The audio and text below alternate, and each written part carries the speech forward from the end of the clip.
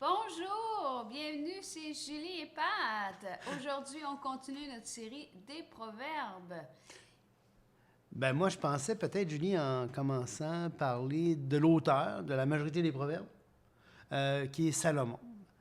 Salomon, le fils de David, David étant le premier roi de la tribu de Juda, celui qui devait régner. Saül avait été de la tribu de Benjamin, mais le sceptre devait appartenir à Juda. Donc, David vit sa vie, a un fils avec Bathsheba. Le premier fils meurt à cause de l'adultère.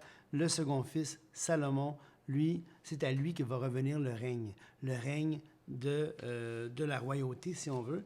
Et toute l'histoire de Salomon, vous pouvez la lire, entre autres, dans le livre des rois, puis dans les passages correspondants là, dans le livre d'un chronique. Donc, avec la vieillesse de David, au chapitre 1 du livre des rois, on voit que David va vieillir, va mourir. Il va y avoir une tentative de putsch là, d'un des fils de David, mais le royaume va revenir à Salomon. Salomon, il est comme pris dans un désarroi quand ça se passe. Il réalise la grandeur de la tâche d'être roi. Et là, il va s'humilier devant Dieu et il va prier pour de la sagesse pour gouverner le peuple. T'sais. Puis là, Dieu, plutôt, qui voit la prière, le cœur de Salomon pour le peuple d'Israël, plutôt que de lui donner, il dit, parce que Salomon avait dit, donne-moi pas de la richesse, donne-moi de la sagesse. Fait que Dieu a dit, ben écoute, je ne vais pas seulement te donner de la sagesse, je vais en plus te donner de la richesse et je vais te donner une très grande sagesse. Et donc, cette sagesse-là du roi de Salomon va transparaître dans les proverbes, dans les sentences qu'il va avoir exprimées ailleurs et dans les livres des proverbes. Maintenant, malheureusement, plutôt, vous savez, quand le livre des Proverbes va dire que le commencement de la science, le commencement de la sagesse, c'est la crainte de l'Éternel, bien, tranquillement, au fur et à mesure de la vie de Salomon, c'est un petit peu comme une tragédie. Hein? Salomon commence bien, un peu comme Saül. Saül, c'est aussi une tragédie. On voit Saül qui commence bien et qui dégrade tranquillement. Salomon, c'est un peu la même chose. Il commence très bien et là, tranquillement, il va épouser des femmes étrangères. Il va même construire un temple à l'Éternel, un temple fantastique. Le temple de Salomon était extraordinaire. Mais à cause des femmes, il va vouloir tisser des liens avec des différents royaumes. Et là, il va épouser des femmes étrangères, des femmes qui appartiennent à d'autres nations, qui adorent d'autres dieux. Et là, il va se mettre à construire des temples pour toutes ces divinités-là. Vraiment, il y a une tragédie incroyable qui se fait, qui va culminer à la fin. Vous pouvez lire ça dans un roi 10, un roi 11, à la fin du livre des rois, avec la mort de Salomon. Puis parce que Salomon s'est apostasié de cette façon-là, ben, le royaume va être arraché de la dynastie de Salomon.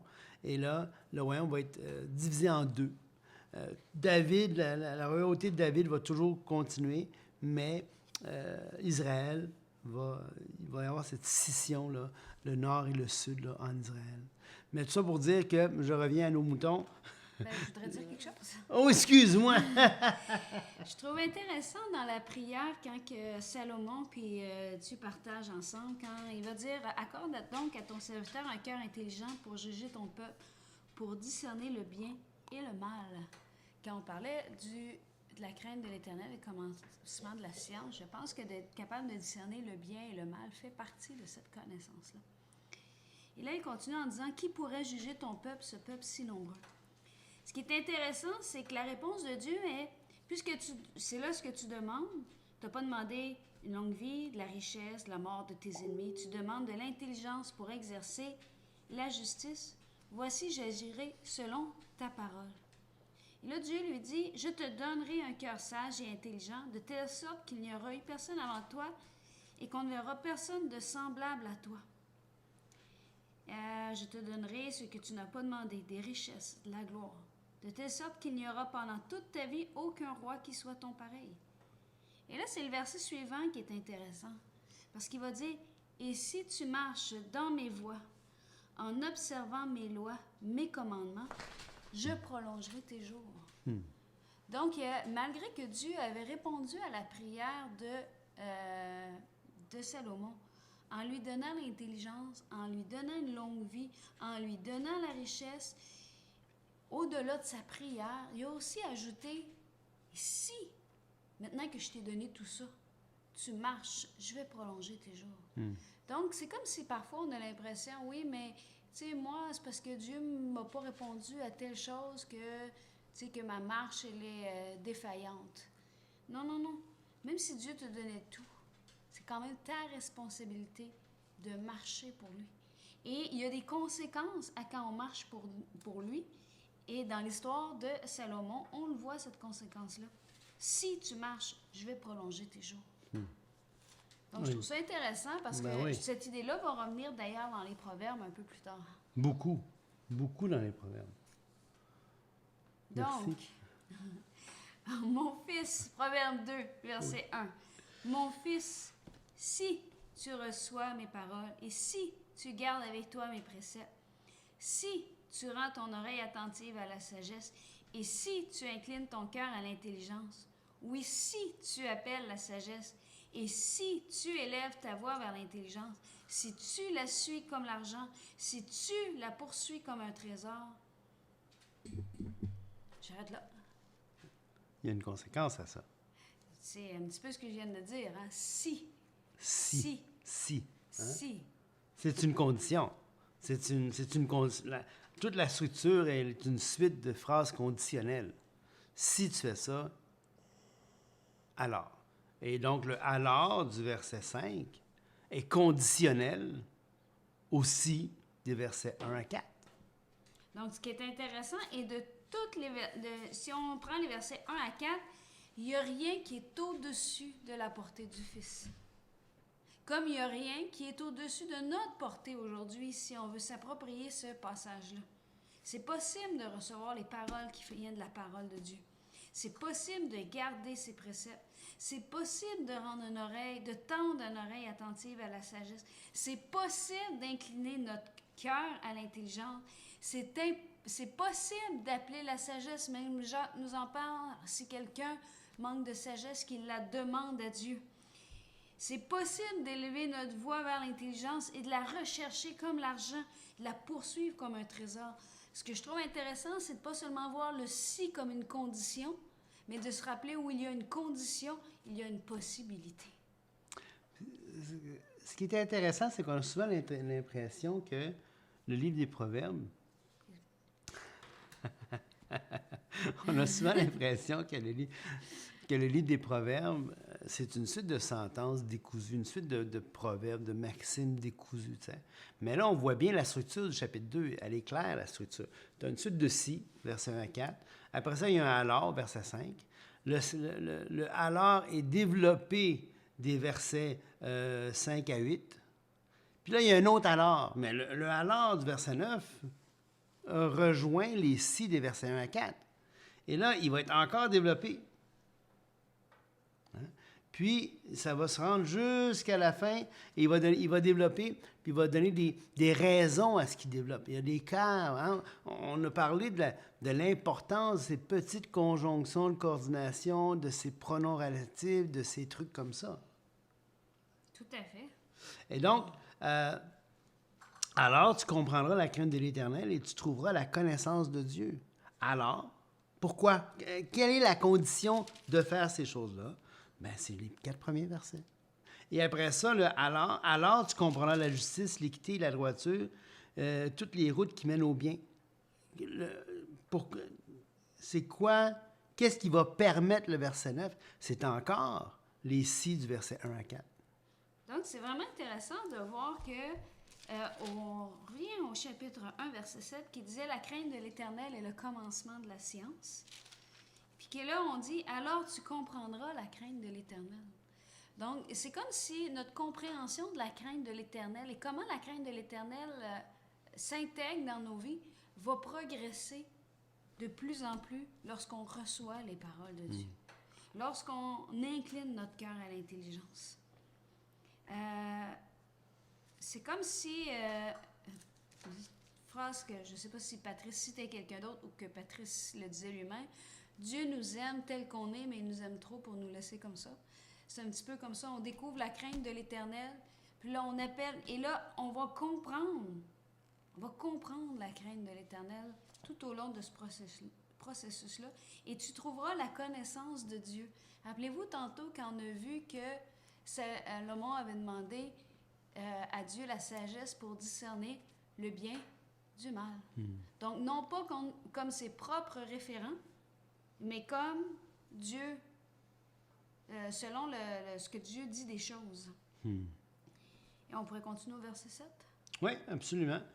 Il tient en réserve le salut pour les hommes droits, un bouclier pour ceux qui marchent dans l'intégrité. Alors, écoutez, il a dit au verset 5, « Alors, car l'Éternel donne la sagesse. » Il la donne quand? Il la donne à ceux qui ont mis en pratique les 4 premiers versets. Verset 7, « Il tient donc, l'Éternel donne la sagesse, de sa bouche sortent la connaissance et l'intelligence. Il tient en réserve le salut pour les hommes droits. » Maintenant, il est un bouclier pour ceux qui marchent dans l'intégrité. Alors, c'est toutes sortes de conditions. Est-ce que ça veut dire que le salut est par les œuvres? Absolument pas. La justice a toujours été par la foi. C'est toujours une question de justification par la foi. Par contre, pouvoir marcher dans ce que Dieu demande est accessible. Est accessible. Est-ce que ça va être parfait? Jamais. Est-ce qu'on peut être juste sans Dieu? Jamais. En fait, l'homme sans Dieu, là, c'est une fumisterie. Ça n'existe pas. Paul va dire dans Acte 17, il va dire, Dieu n'est pas loin d'aucun de nous. Il n'y a pas personne sur la terre qui est sans Dieu. Il n'y a pas personne qui marche dans une bulle qui est imperméable à Dieu. On est tous sur la terre, on est tous dans un univers plein de Dieu parce qu'on est tous en lui.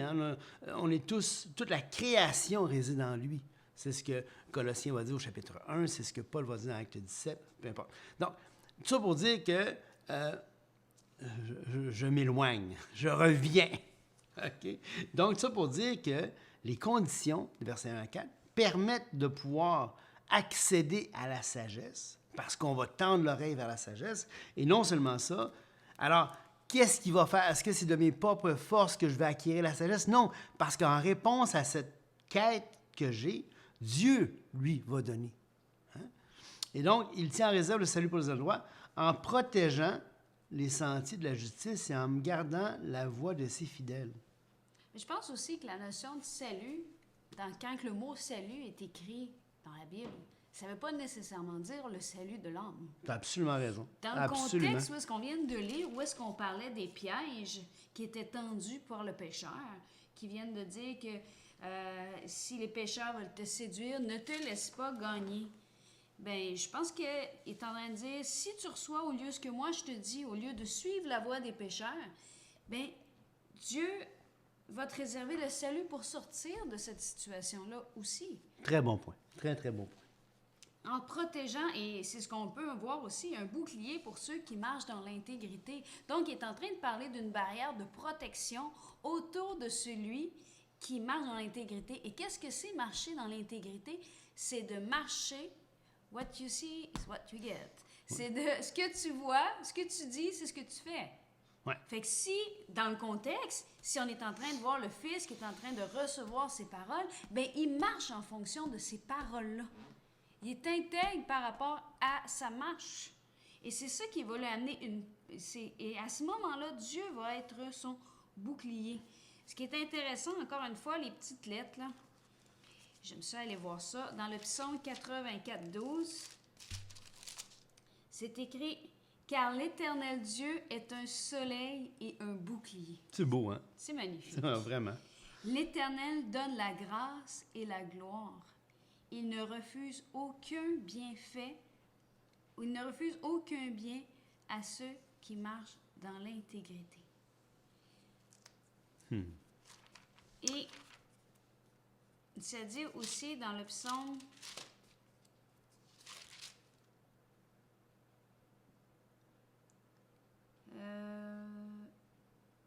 34:10, craignez l'Éternel, vous ses saints, car rien ne manque à ceux qui le craignent. Donc, il y a comme l'idée que euh, que l'Éternel tient en réserve le salut pour l'homme droit, qui met un bouclier pour protéger celui qui marche dans l'intégrité, en protégeant les sentiers de la justice et en gardant la voie de ses fidèles. Vas-y. Ben, c'est intéressant, je reviens au verset 9. Alors tu comprendras la justice, l'équité, la droiture et toutes les routes qui mènent au bien. Car, pourquoi ça va arriver? Hein? On a dit la condition. Il fallait que les versets 1 à 4 soient rencontrés. Alors, on va comprendre la justice, l'équité, la droiture. Pourquoi? Car, parce que là, verset 2, verset 3, si tu appelles la sagesse. Verset 10, car la sagesse viendra dans ton cœur. Tu l'as appelé, tu l'as demandé. Je lui ai parlé de Jacques qui dit prie pour la sagesse. Tu as appelé la sagesse, tu l'as demandé, tu l'as cherché. La sagesse va venir dans ton cœur. La connaissance fera les délices de ton âme. Parce que la connaissance fera des délices, ben alors tu vas comprendre la justice, l'équité, la droiture, et ainsi de suite. C'est pas magique, là. C'est une quête, c'est une vie, c'est un mode de vie.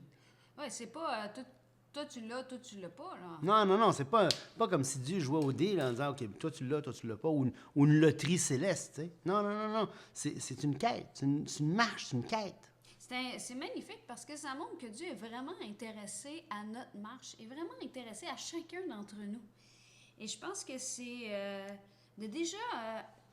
je vous inviterais juste à reméditer ce passage-là et se poser la question, non pas, ben oui, ça peut être par rapport au salut si tu n'as pas reconnu que Christ était ton sauveur. Mais si tu as reconnu que Christ était ton sauveur et que tu l'as accepté, le salut pour l'éternité, c'est réglé une fois pour toutes. Mais ici, ce que je voudrais dire, c'est peut-être prendre le temps de reméditer ce passage-là et de se poser la question, comment je reçois les paroles? Est-ce que je suis en train d'appeler la sagesse? Est-ce que je suis en train d'être intègre dans ma vie? Oui, c'est un... Encore là, ce questionnement-là, ce pèlerinage qu'on a de dévouer notre vie à dire, ben non, moi, je veux chercher la sagesse, je veux chercher l'intelligence. Et la parole de Dieu, c'est la seule source fiable, la seule source... tu sais, tous les livres qu'il peut y avoir, même ce que nous, on parle, c'est beau, tu sais, mais le seul livre qui est garanti, garanti, parfait, ben c'est la parole de Dieu, c'est la Bible. Tu sais.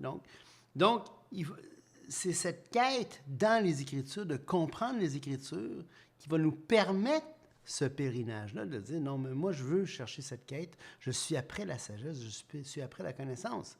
Tu sais. Quoi qu'il en coûte que coûte. Tu sais, c'est la parole de Dieu, c'est la sagesse que Dieu donne que je veux, tu sais. Coûte que coûte. C'est pour ça qu'on vous invite à, oui, écouter nos capsules, ça nous fait plaisir de les partager avec vous, mais de lire et avant et après les passages qu'on vient pour que vraiment le Seigneur puisse utiliser sa parole pour nous apprendre à marcher de mieux en mieux. Oui. En intégrité. Tu sais, puis ce qui... Ce sera pas long, on termine avec ça. Et de grâce, c'est ça, lisez le contexte, comme dit Julie. Faites pas comme des morceaux de morceaux. Tu sais, des fois, tu tombes sur des livres, puis là, il y a comme...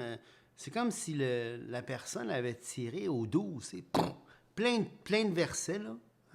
Hein?